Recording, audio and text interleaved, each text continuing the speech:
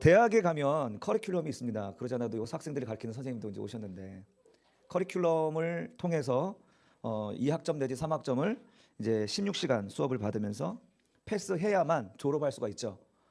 커리큘럼은 그 교수가 자기 교수법을 담아낸 하나의 스케줄입니다. 그렇죠? 교수의 능력은 이 스케줄대로 학생들을 잘 학습시켜서 완성시키는 것, 그것이 교수의 실력입니다. 맞습니까? 틀립니까? 유능한 교수는 당신의 교수법을 잘 활용하여서 완성시키는 거예요. 교수법이 좀 좋지 않고 교수법이 조금 합당치 않으면 좋은 결과를 이룰 수 없는 것처럼 훌륭한 교수에게는 훌륭한 교수법이 있는 겁니다.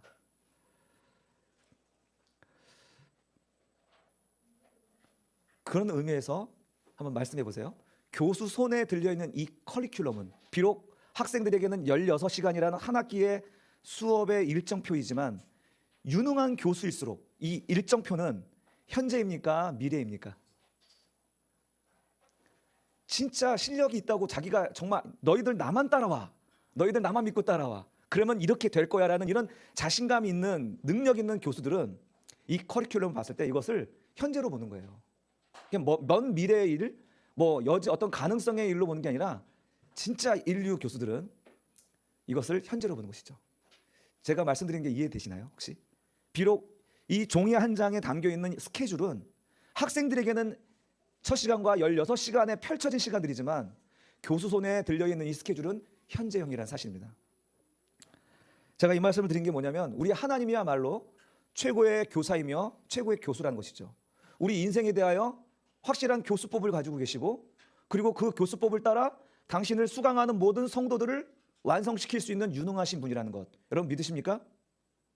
안 믿으시는가 봐요.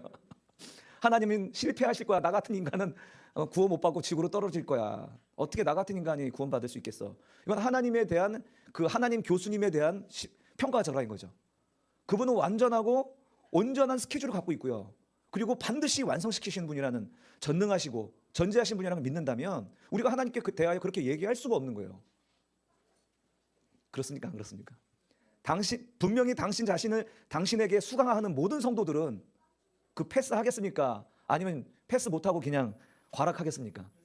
예, 그건 하나님의 능력이에요. 그 누구보다도 훌륭한 교수시고 교수법을 가지신 분이 하나님이시란 거예요. 여러분 이 사실만 믿어도 기쁘지 않습니까? 내가 그분께 속한 수강생이에요. 그분이 나를 훈련시키시고 다루시고 완성시키실 것이라는 그런 믿음과 확신을 갖게 되면 우리가 어찌 삶 속에서 낭망하며 절망할 수 있겠습니까? 그분 우리에 대한 확실한 스케줄을 갖고 계십니다. 여러분 한 사람 한 사람에 대한 맞춤형 스케줄을 갖고 계시는 줄로 믿습니다. 그래서 하나님의 시간과 그래서 학생들의 시간은 다르게 흘러가요. 하나님의 시간은 늘 현재형이며 과거도 현재형이고 미래도 현재형이고 하나님의 시간은 늘 현재형으로 흘러가고 있습니다. 그러나 그 밑에서 수강하고 있는 성도들, 수업받고 있는 성도들은 과거와 현재와 미래가 펼쳐져 있는 거예요. 내가 지금 7번째 수업을 듣고 있으면 첫 번째 수업은 과거형이고 앞으로 들어야 될 10번째 수업은 미래형인 것이죠. 그래서 우리는 이런 시간과 공간이라는 곳에 갇혀서 이 흐름 속에 우리가 맡겨져 있고 그 하나님의 특별한 목적 속에서 이 시간과 공간에서 훈련받고 있지만 하나님은 늘 현재형으로 우리를 바라보고 있다는 거예요. 성경에는 그런 식의 어법이 종종 아주 자주 나옵니다. 하나님께서 우리 인생들에게 향하여 말씀하실 때 완료형 표현이 너무 많은 거예요. 우리 인생은 아직 진행형인데 왜 하나님은 왜 완료형으로 말씀하실까? 왜 완료형으로 말씀하셔서 우리를 어리둥절하게 만들까? 우리는 그동안 하나님의 전지전능성에 의하여서 그것을 해석했습니다. 하나님이 전지전능하니까 당연히 우리를 그렇게 만들어 가실 거야. 이것도 맞는 말이고요. 또 제가 오늘 지금 말씀드린 것처럼 하나님 눈에는 현재형이기 때문에 그렇습니다. 하나님의 전지전능성과 더불어 하나님의 시간은 현재형이기 때문에 완료형으로 쓰는 거예요. 너희는 이미 구원 받았다. 너희는 그 땅을 이미 취하였다. 이렇게 얘기하는 거예요. 아직 취하지도 못하였고 그 땅을 밟지도 못했는데 하나님은 그 땅을 너희에게 줬다. 너희는 얻었다 라고 얘기하는 거예요. 그게 하나님의 어법입니다. 왜 이런 어법이 있어요? 하나님의 시간은 현재형이기 때문에 그런 거예요. 늘.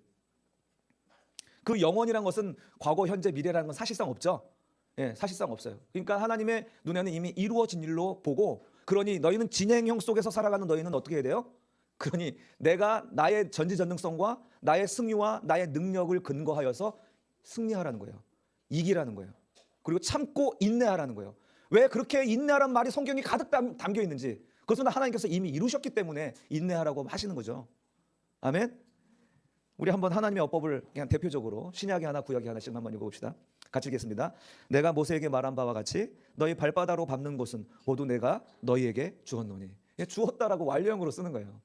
아직 그 땅을 밟아보지도 않은 백성들에게. 그러니까 하나님은, 이해되시죠? 이 하나님 지금 오늘 우리의 하나님인 줄로 믿습니다. 신약의 예수 그리스도께서 또한 같은 방식으로 영적 이스라엘을 우리에게 주셨는데 똑같은 방식으로 말씀하시는 거예요. 너희는, 같이 읽겠습니다. 시작. 너희는 그 은혜에 의하여 믿음으로 말미암아 구원을 받았으니 이것은 너희에게서 난 것이 아니요 하나님의 선물이라.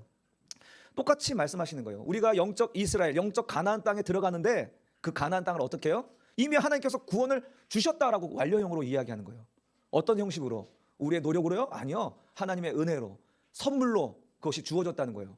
여러분, 이것만 우리가 확실히 알면 우리 신앙생활에 신본주의와 인본주의를 구별할 수 있지 않겠습니까? 기독교는 신본주의예요.